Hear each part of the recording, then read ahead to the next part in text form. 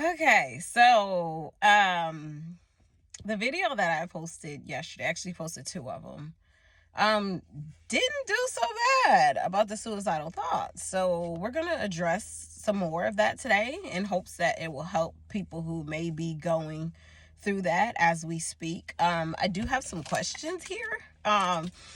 You guys are welcome to send me questions. I don't have a problem with that, but I'm going to address the questions in a video. So that way, if somebody else might be having that question, then I won't seem like I'm constantly repeating myself in my inbox. So let's definitely address one of the questions. One of the questions was, how did I cope with the thoughts? Well, she said, how did I block the thoughts out? It's not a, I wouldn't use the word block. I would use the word cope. Because it's still something that you have to address. Those thoughts they're generating from something. You have to address the thought. You have to turn around and you have to face your fear. You have to face your fear head on. I talk to myself a lot. Sometimes out loud, yeah. And sometimes just in my head, like just asking the thought, like, what do you want? Like, why are you haunting me? What do I need to do to address you? It's almost like you're speaking to your higher self, but you're also speaking to your ancestors for help. You're speaking to spirit. You're speaking to God. You know what I mean?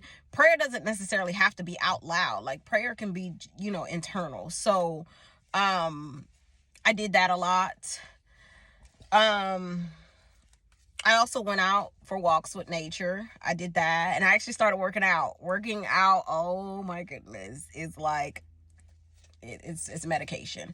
But you don't want to work out and just kind of like push the thoughts to the side or try to sweep them underneath the carpet, because that debris is still underneath the carpet that you're walking on every single day. That's energy that's still coming out. You know what I mean?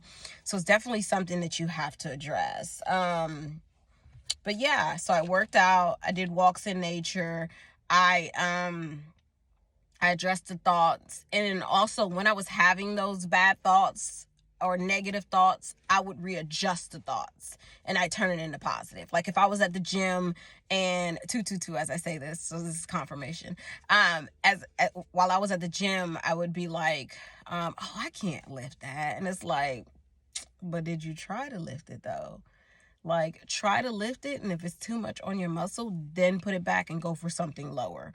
But you gotta readjust those thoughts. You gotta change those negative thoughts and you gotta change them into positive. And everything is a learned behavior. So once you start to do that constantly, just doing it consistently, you will automatically change those thoughts. And whenever somebody says something negative, you'll correct them and be like, don't say that. Like you can do it. Like, did you even try to do it? You know what I mean? Like, it will become so familiar to you that it'll become your new norm, pretty much.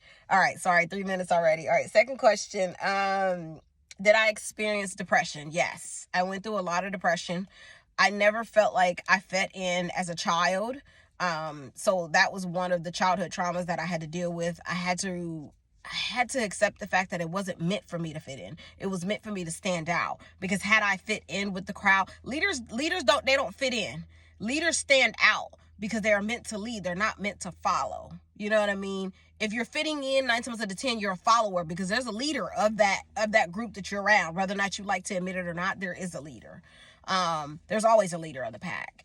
And that was more so God telling me as a child, like, you're a leader of the pack. You're not a follower. You know what I mean? So that's kind of where that came from. I'm going to finish this up in the next video. I just made it to 4 minutes. I'm trying to keep it under 4 minutes. So I will see you guys in part 2.